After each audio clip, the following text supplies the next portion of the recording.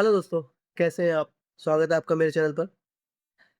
एक सवाल, आपने कभी कोई स्टॉक खरीदा है सिर्फ़ इसलिए क्योंकि किसी ने टिप दी या न्यूज़ में देखा? ये सिर्फ़ इसलिए कि प्राइस बढ़ रही है और लगा कि ट्रेंड कहीं मिस ना हो जाए? अगर हाँ, तो आप अकेले नहीं हैं। इंडिया में 90% से ज़्यादा रिटेल इन्वेस्टर यही करते हैं और यही वजह है कि 90% रिटेल इन्वेस्टर्स को स्टॉक मार्केट में पैसा गँवाना पड़ता है।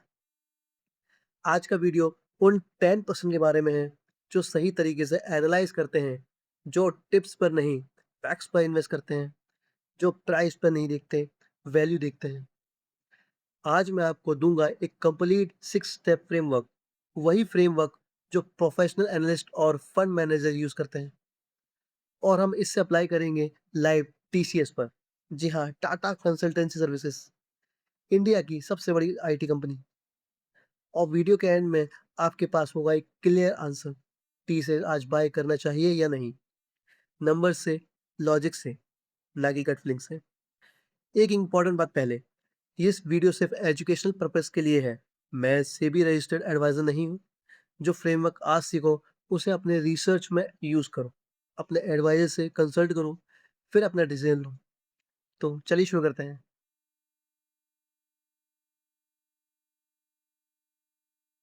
तो दोस्तों शुरू करते हैं एक बेसिक सवाल से, टीसीएस आखिर है क्या? 1968 में स्टार्ट हुई थी ये कंपनी। आज की डेट में टीसीएस 56 देश में ऑपरेट करती है। 194 सर्विसेज डिलीवरी सेंटर्स हैं वर्ल्ड वाइड और रेवेन्यू फाइनेंशियल ईयर 26 में 2 लाख करोड़ रुपीस से ऊपर का बिजनेस। ये इंडिया की सबसे बड़ी आईटी कंपनी है और ग्लोबली भी एक डोमिनेंट प्लेयर। अब टीसीएस का एक बड़ा एम्बिशन ये है कि वर्ल्ड की largest AI led technology service company बनना। जब हम टीसीएस की वेबसाइट पर आएँगे और यहाँ देखेंगे 56 कंट्रीज़ में प्रेज़ेंस, 194 डिलीवरी सेंटर्स और TCS 14 world famous marathon sponsor करता है।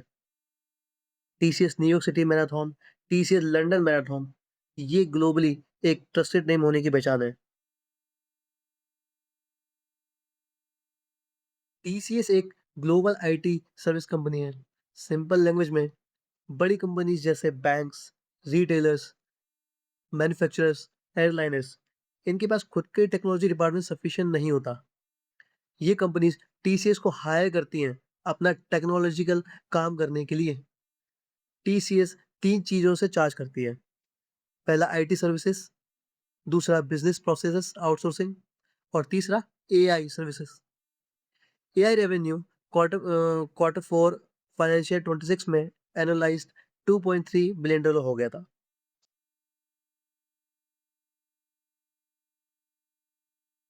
नॉर्थ अमेरिका टीसीएस का सबसे बड़ा मार्केट है।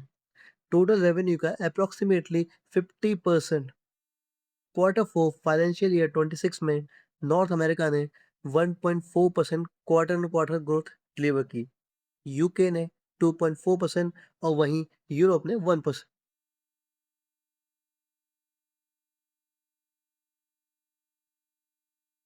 Now revenue by industrial vertical, इसको जानने के लिए हम सबसे पहले जाएंगे टीसीएस की वेबसाइट पर और वहां पर फाइनेंशियल ईयर 2026 की कॉन कॉल ट्रांसक्रिप्ट डाउनलोड करेंगे, जो कि आप यहाँ से कर सकते हैं। टीसीएस की वेबसाइट पे जाके क्वार्टर 4 ट्रांसक्रिप्ट मैंने यहाँ ऑलरेडी ऑलरेडी डाउनलोड कर चुका हूँ। हम यह चेक कर सकते हैं मिस्टर के कीर्तिवासन ने क्या कहा। Our order book performance was also very strong in quarter four.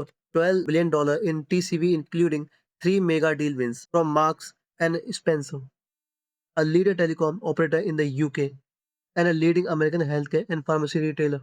BFSI जैसे banking, financial services, insurance, TCS का सबसे बड़ा वर्टिकल है। क्वार्टर थ्री सिर्फ बीएफएसआई ने $3.8 बिलियन के डील साइन किए एक ही क्वार्टर में। Consumer business group, energy, life science सब ग्रोइंग है।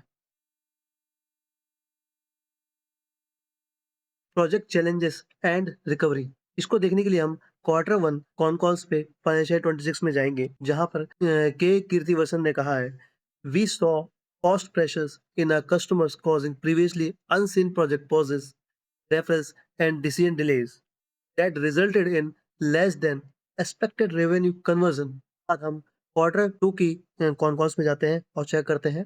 यहाँ पर कीर्ति वसन ने कहा है, all verticals except customer business and all geographies except United Kingdom return to positive sequential growth this quarter.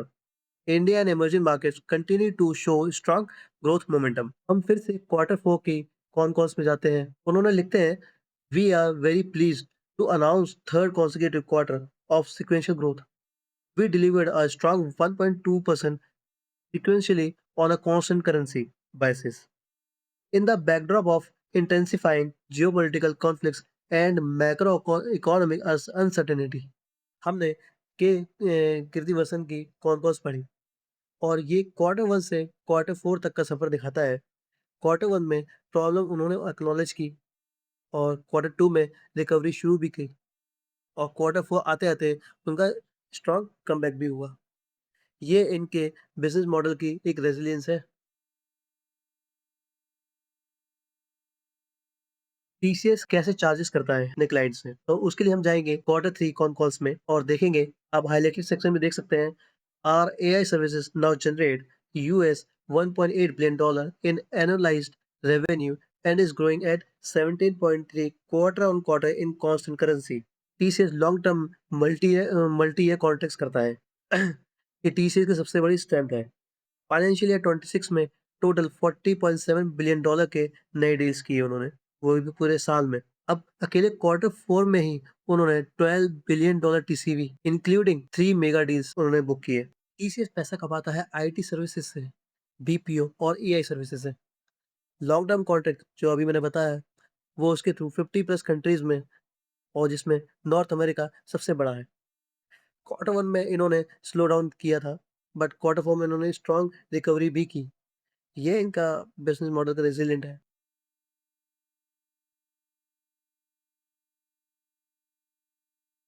अब आते हैं एक बहुत इंपॉर्टेंट सवाल से, क्या टीसीएस का बिजनेस मॉडल सिंपल है या कॉम्प्लेक्स?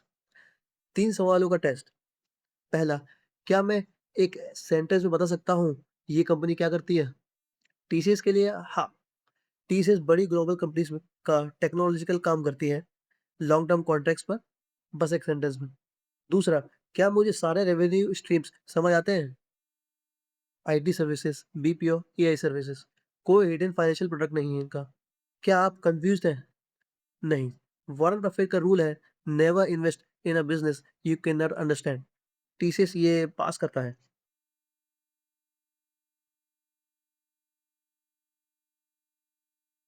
क्या ये सेक्टर ग्रोइंग है या फिर डिक्लाइनिंग है? तो ये जानने के लिए हम आ गए हैं स्क्रीनर डॉट इन पर। यहाँ पे हम स्क्रीन पर जाएंगे और यहाँ पे ब्राउज सेक्टर्स लिखा हुआ है, हम नीचे जाएंगे आईटी सॉफ्टवेयर में। आप देख सकते हैं हमारी टीसीएस नंबर वन पे आ चुकी है, उसका Infosys, HCL Technology, Wipro, Tech Mahindra.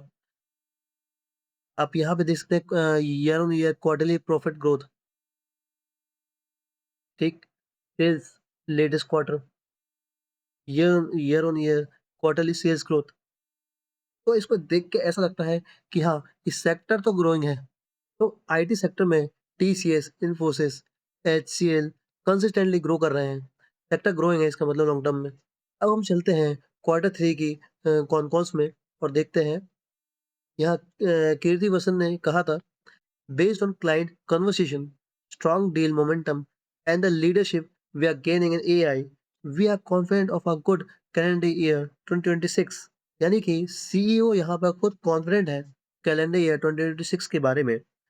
Deal momentum strong है, एआई लीडरशिप बिल्ड हो रही है। ये सेक्टर वीकनेस नहीं है, सेक्टर रिकवरी है।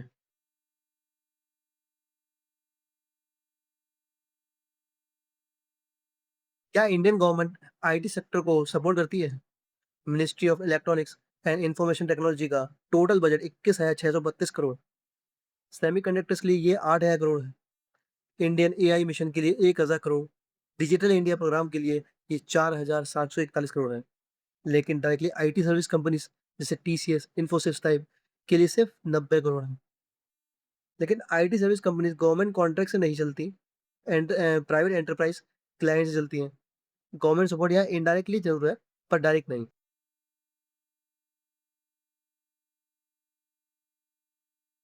हम यहाँ देख सकते हैं जैसे इंडियन आईटी सेक्टर में 100 से ज़्यादा लिस्टेड कंपनीज़ हैं, लेकिन सिर्फ 3 ही जैसे टीसीएस, इन्फोसिस और एचसीएल टेक्नोलॉजीज़ सेक्टर के मार्केट कैप का एप्रोक्सिमेटली 60% से ज़्यादा होल्ड करती हैं।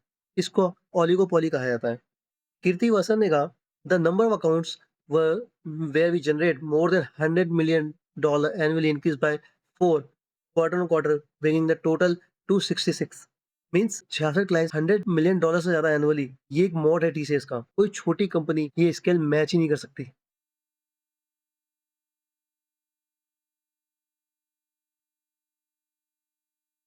और यही हम क्वार्टर 1 के कॉन कॉल में जाते हैं। Global businesses were disrupted due to conflicts, economics, uncertainties and supply chain issues. We saw cost pressure in our customers, causing previously unseen project pauses, reference and decision delays that resulted in less than as expected revenue conversion. मेरा quarter 1 financial year 26 में macro slowdown आया था।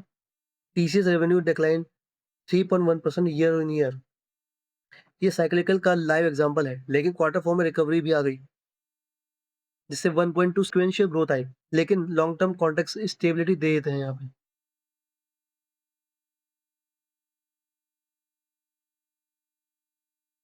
तो हम फिर से screener पे आते हैं। Promoter holding and pledging. Promoter मतलब वो लोग जो कंपनी के फाउंडर्स हैं।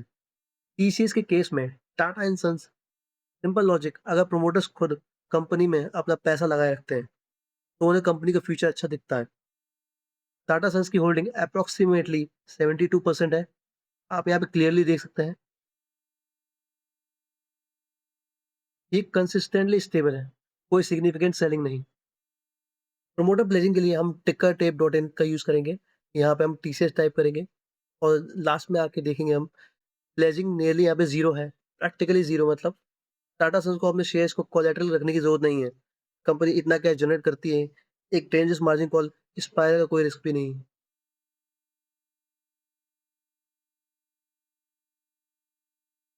अब हम फाइनेंशियल एनालिसिस पे जाएँगे और चेक करेंगे कैपेक्स और सीएफओ।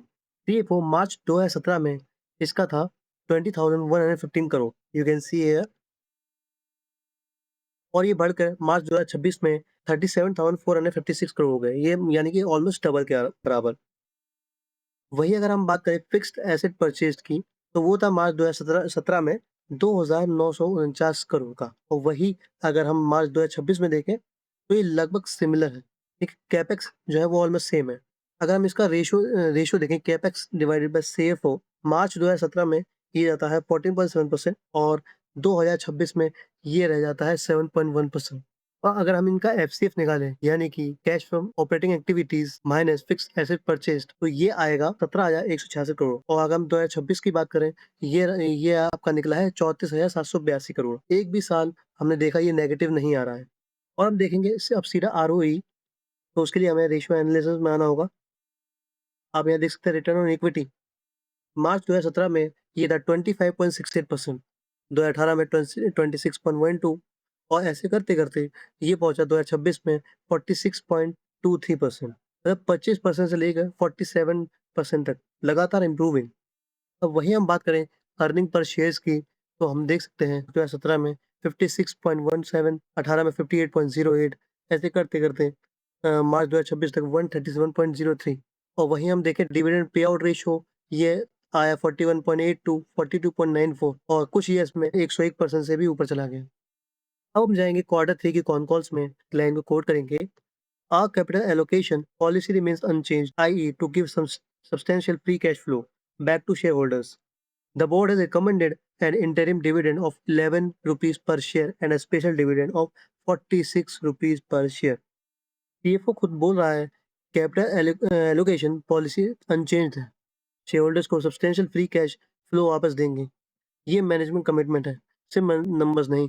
अब हम ज़रा डेट ट्रेंड देख लेते हैं, तो उसके लिए हम एनालाइज़र टूल पे आएँगे, बैलेंस शीट सेक्शन में जाएँगे और यहाँ बोरोइंग्स देखेंगे। मार्च 2017 में ये रहा 289 करोड़ और पार्शियली ज़ीरो। मार्च 2020 में 8,174 crore jump, COVID precautionary move. मार्च 2026 11,283 करोड़, लेकिन रिजर्व्स 1,06,878 करोड़ के थे। बोरोइंग सिर्फ 10.5% है रिजर्व्स का। नेट डेट प्रैक्टिकली नेगेटिव होगा। अब हम टीसीएस के एनुअल रिपोर्ट्स को ज़रा देखेंगे, फाइनेंशियल ईयर 2023 की। यहाँ 6 मंथ्स लेटर हम चेक करेंगे। I am pleased to share that your company has done well in a volatile global environment in the year gone by. In financial year 2023, your company delivered revenue of 2,25,458 crore, a growth of 17.6%. Okay, this growth has come at an industry-leading operating margin of 24.1%. Okay, revenue 2,25,000 crore का और growth हुई 17.6% की। Order book 34 billion dollar. अब हम देखेंगे 2026 की annual report और यहाँ पे कितना ग्रोथ हुआ ये हम चेक करेंगे। हम लेटर फ्रॉम द चेयरमैन पे जाएंगे और ये लाइन देखेंगे, in this backdrop your company delivered a strong performance with the fiscal 2026 consolidated revenue of 2,67,021 crore, delivering a growth of 4.6 over the previous year. But हम ये check करेंगे revenue जो 2,67,000 करोड़ का था, ग्रोथ हुई सिर्फ 4.6। मतलब 3 साल में ग्रोथ 17.6 से गिर के 4.6 आ गई। फाइनेंशियल 2023 में ये यहाँ पर हमारा ऑपरेटिंग मार्जिन कंपनी का था 24.1%, जो कि कंपनी ने फिर भी मैनेज किया और ये आ गया आपका 25%, जो कि अपने आप में बहुत अच्छी बात है। 25% ऑपरेटिंग मार्जिन 4 साल का highest. CFO quarter by quarter margin data confirm करता है, जो कि इसको हमें फुल मार्क्स दिलाता है और जो कि इनका डिलीवर्ड भी हुआ। अब हम यहाँ 2023 के एनुअल रिपोर्ट में हम ये एक चीज़ नोटिस कर सकते हैं, लेटर फ्रॉम द सीईओ से इस लाइन को कोट करेंगे हम। On top of this current focus areas, technologies like 5G, IoT, generative AI, virtual health, metaverse, digital twin and others are also gaining attention, and we are likely to attract investment in the short to term medium. Okay, तो इन्होंने कहा कि अब ये AI पे भी focus करेंगे आने वाले समय में। और इसको चेक करने के लिए हम 2026 की कॉन कॉल क्वार्टर 3 की हम चेक करेंगे। हम यहाँ देख सकते हैं air services now generate 1.8 billion dollar in annualised revenue and is growing at 17.3 quarter on quarter in constant currency. We remain steadfast in our ambition to become the world's largest AI-led technology service company. अब हम quarter 4 की 2026 की con call check करेंगे और यहाँ देखेंगे, this underscores the strength of our 5 pillar strategy and our AI-led position across services. Financial year 2023 में AI सिर्फ एक एस्पिरेशन था। कॉनकॉर्स ने quarter by quarter AI execution document की है। ये करीब 1.8 बिलियन डॉलर क्वार्टर 3 से लेकर 2.3 बिलियन डॉलर क्वार्टर 4 तक, यानी कि outstanding delivery confirm by concall data. अब टीसीएस का रेवेन्यू ग्रोथ जो कि पार्शियली ग्रोथ रहा और ऑपरेटिंग मार्जिन जो कि थोड़ा बहुत एक्सीड भी किया, जो कि अच्छा था, उन्होंने मेंटेन किया और इन्होंने एआई स्ट्रेटजी के बारे में जो 2023 में कहा था वो डिलीवर भी किया और कॉनकॉर्स ने ये क्वार्टर बाय क्वार्टर कंफर्म भी किया है और ये इससे तो ये पता पड़ता है कि क्वालिटी मैनेजमेंट की पहचान है।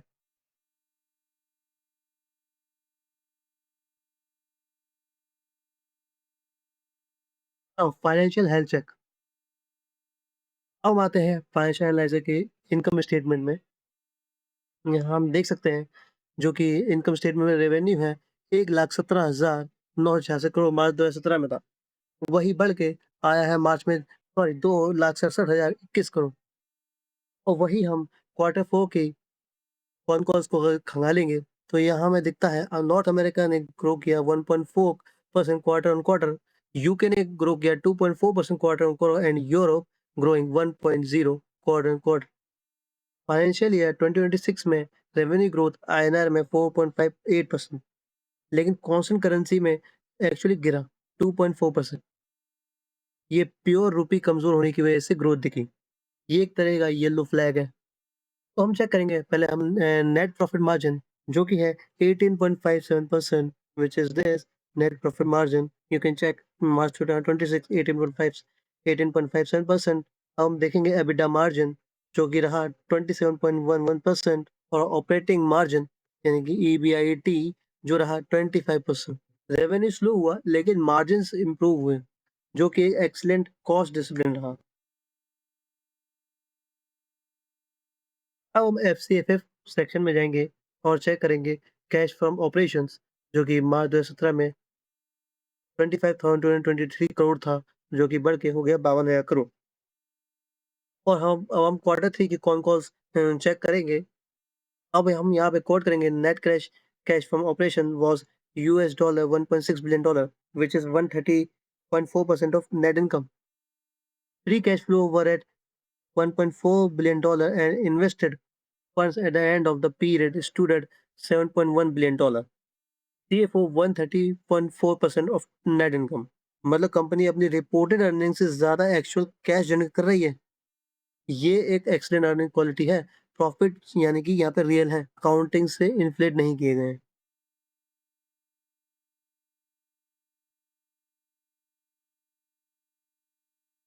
तो वही हम टूल पे हमने ऑलरेडी चेक कर चुके हैं borrowings 11,283 crore, total assets 2,61,818 crore के अगेंस्ट में।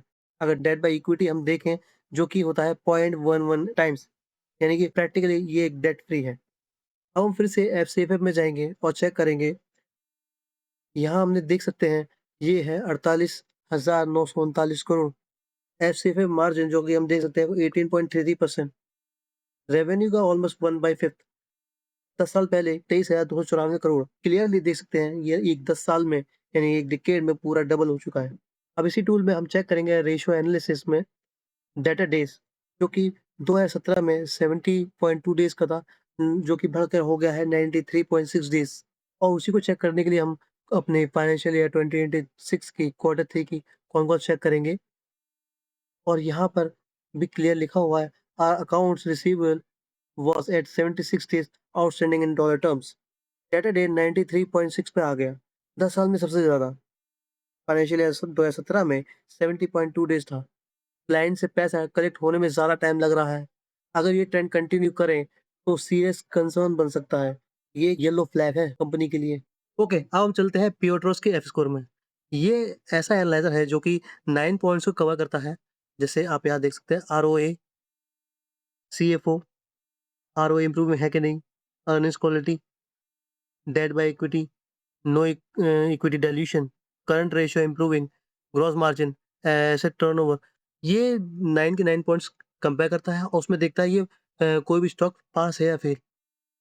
और अगर हम टीसीएस के केस में देखें तो थोड़ा-सा वरीड हमें दिखता है कि ये 4 इसका जो स्कोर है 4 आउट ऑफ 9 है, जो कि एक वीक कैटेगरी है।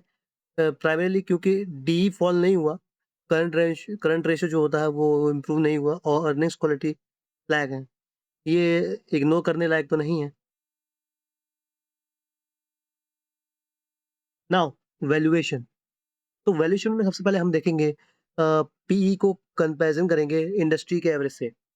तो सबसे पहले हमने स्क्रीनर खोला है और हमें देख सकते हैं पीए कंपैरिज़न में टीसीएस का जो पीई आ रहा है वो 16 आ रहा है और इन्फोसिस 15 आप देख सकते हैं 15, 18, 27 जो भी है और मीडियन इंडस्ट्री का जो मीडियन है वो 20.5 है।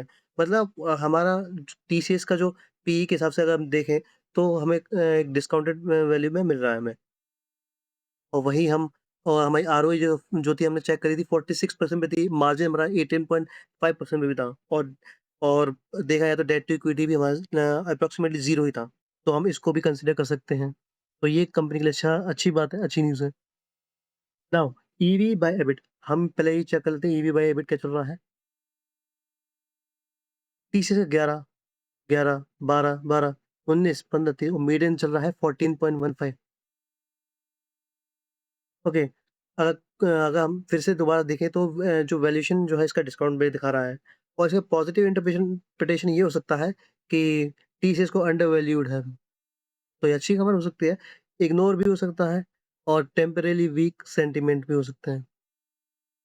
लेकिन इसका अगर नेगेटिव इंटरप्रिटेशन निकाला जाए तो इसका मतलब ये भी हो सकता है स्लोवर ग्रोथ, जो कि हमने देख चुके हैं 4 साल में सबसे कम और इसकी फ्यूचर में डिमांड वीक हो सकती है, ये तो हो सकता है। तो इसको थोड़ा-सा इग्नोर नहीं किया जा सकता। डेट कंसर्न नहीं है यहाँ पे और मार्जिन्स हमारे लेकिन अगर मार्जिन चेक किया जाए तो मार्जिन हमारे ऊपर है। पर हमें ये नहीं भूलना चाहिए कि टी से डेट फ्री है, डेट टू इक्विटी इसका नेग्लिजिबल है। तो डीसीएफ इंट्रिंसिक वैल्यू दिखा रहा है यहाँ पे 1677 पर शेयर। मार्केट प्राइस जो कि आ रहा है न ₹2327 के आसपास। अगर टीसीएस आप चेक करेंगे और डिफरेंस आ रहा है लगभग यहाँ पे 650 का अराउंड। ये एक्स्ट्रा 650 मार्केट का ऑप्टिमिज्म है। टीसीएस टीसीएस की ब्रांड प्रीमियम, टाटा का नाम और एआई ग्रोथ की वजह से। अब ज़रा हम नीचे चल लेते हैं सिनेरियो एनालिसिस की तरफ। अब हम देखते हैं बुल बेस और बेयर केसेस में। बुल केस में आप देख सकते हैं आपको दिख रहा है 3184 वैल्यू पर शेयर जो आपको दिख रही है 3184.89 और वहीं आपको बेयर केसेस में दिख रहा है 954.30 और बेस केस में 1578 तीन में से 2 केसेस में ये ओवर वैल्यूड दिखा रहा है, जो कि रिस्क रिवॉर्ड को अनफेवरेबल बनाता है। वहीं हम एक बार फिर से ऊपर जाके देखते हैं, तो इंट्रिंसिक वैल्यू हमारी है आ रही है 1677 और जो मार्केट जिस पे ट्रेंड कर रहा है मार्केट का प्राइस, वो है ₹23-27। तो बेंजामिन ग्राहम का रूल कहता है कोई भी स्टॉक तभी खरीदो जब मार्केट प्राइस इंट्रिंसिक वैल्यू से कम 20% नीचे हो। बट यहाँ हम देख सकते हैं ये तो इंट्रिंसिक वैल्यू से बहुत ज़्यादा है, तो क्लियरली एक रेड ज़ोन में आता है। तो टीसीएस कब बाय ज़ोन में आ सकता है? जब उसका प्राइस 1342 पर होगा, तब मार्जिन ऑफ सेफ्टी एग्ज़ैक्टली 20% के आसपास होगा। तब तक वॉच लिस्ट में रखो और ब्रोकर ऐप में 1342 का प्राइस अलर्ट सेट कर लो। अब हम देखते हैं इसका टेक्निकल एनालिसिस कि हमें इसको कब बाय करना चाहिए और कब हमें वेट करना चाहिए।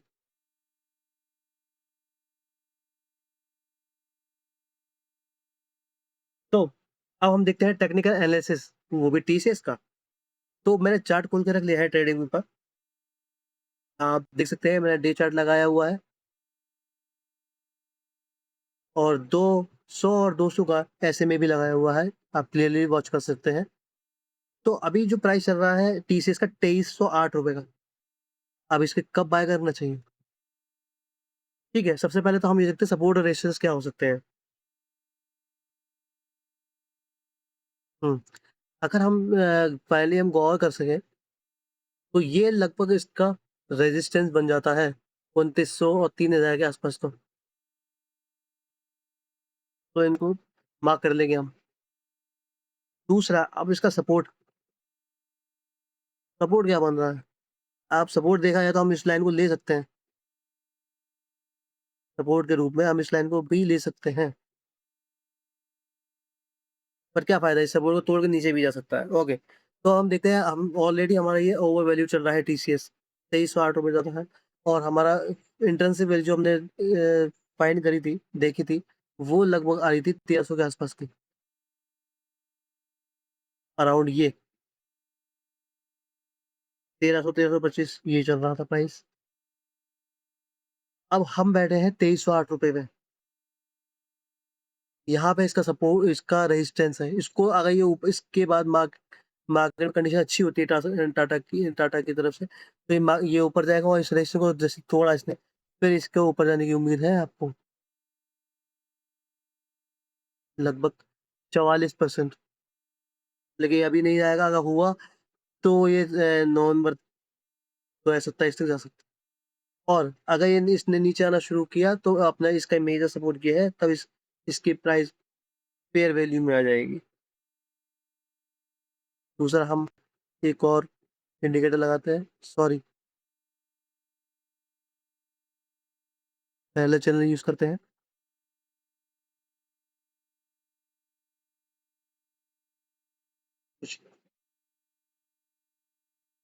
तो टेक्निकली हमें क्या करना चाहिए? टेक्निकली जी हमें वेट करना चाहिए। अभी कंडीशन यही बता रही है फंडामेंटली भी और टेक्निकल भी हमें अभी वेट ही करना है। फंडामेंटल से हमने ये तो पता कर लिया कि कंपनी के बारे में कंपनी क्या चीज़ है और हमें टेक्निकल ये देखना है कि हमें कब बाय करना है। तो टेक्निकल और फंडामेंटल दोनों का एक ही इशारा है अभी राइट नाउ हमें इसको होल्ड पे रखना है। तो दोस्तों, आज का सफ़र कंप्लीट हुआ। पूरी जर्नी को याद करते हैं ज़रा हम। तो स्टेप 1 में हमने देखा बिज़नेस की अंडरस्टैंडिंग, टीसीएस क्या करती है, वो हमने क्लियर किया। बिज़नेस मॉडल कैसा है, उसका उसमें टीसीएस पास होती है। और स्टेप 2 हम देखते हैं इसका एनालिसिस, आईटी सेक्टर ग्रोइंग है, गवर्नमेंट सपोर्टिव है जो कि इनडायरेक्टली है और कंपनी ओलिगोपोली है, बहुत अच्छी बात है और कंपनी थोड़ी-सी पार्शियली साइक्लिकल है। और स्टेप 3 पे हम देखते हैं मैनेजमेंट क्वालिटी, प्रोमोटर होल्डिंग 72% पर स्टेबल है, जो कि बहुत अच्छी बात है। और प्लेजिंग जो कि है नियरली ज़ीरो। एनुअल रिपोर्ट और कॉन कॉल्स ये कन्फर्म करती है कि एआई का जो उन्होंने कहा था वो डिलीवर किया। मार्जिन भी डिलीवर किए। हाँ, रेवेन्यू ग्रोथ थोड़ी-सी मिस रही, जो कि मैनेजमेंट ने भी ऑनेस्टली इसको देखा। और स्टेप 4 हम देखते हैं फाइनेंशियल हेल्थ।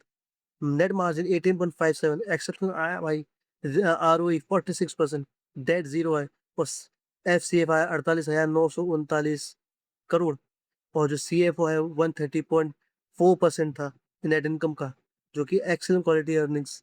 और येलो फ्लैग्स हम जब देखते हैं तो डेटा राइजिंग हुआ, वो येलो फ्लैग में आता है। और अगर आप देखें एफ स्कोर वो भी कम था, तो इसको देख के हम देख सकते हैं कि कहीं न कहीं येलो में आता है, येलो ज़ोन में।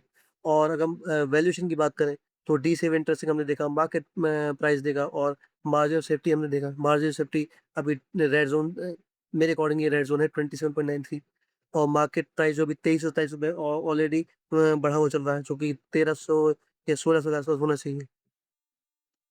वहीं अगर हम देखें टेक्निकल एनालिसिस वो हमें ये बताता है कि अभी हमें वेट करने की ज़रूरत है, मार्केट मिड में है या तो वो अपना अ, नीचे आएगा या ऊपर, तो ये हमें देखना है। बस अभी हमें थोड़ा-सा वेट करना है उसके लिए। तो आखिर में मैं ये कहूँगा ये वीडियो सिर्फ़ एजुकेशनल पर्पज़ के लिए था। रजिस्टर्ड सिबी एडवाइज़र तो नहीं हूँ मैं, लेकिन आप अपनी रिसर्च करो। इस रिसर्च यहाँ से कुछ सीखते हो, अपने एडवाइज़र से कंसल्ट करो। और पार्ट 2 में हम जब और भी डीपर जाएँगे, जैसे कि मोट हो गया, अर्निंग्स क्वालिटी हो गई, डिविडेंड हो गया, डिविडेंड वर्सेस बायबैक हो गया और रेड फ्लैग्स भी देखे जाएँगे।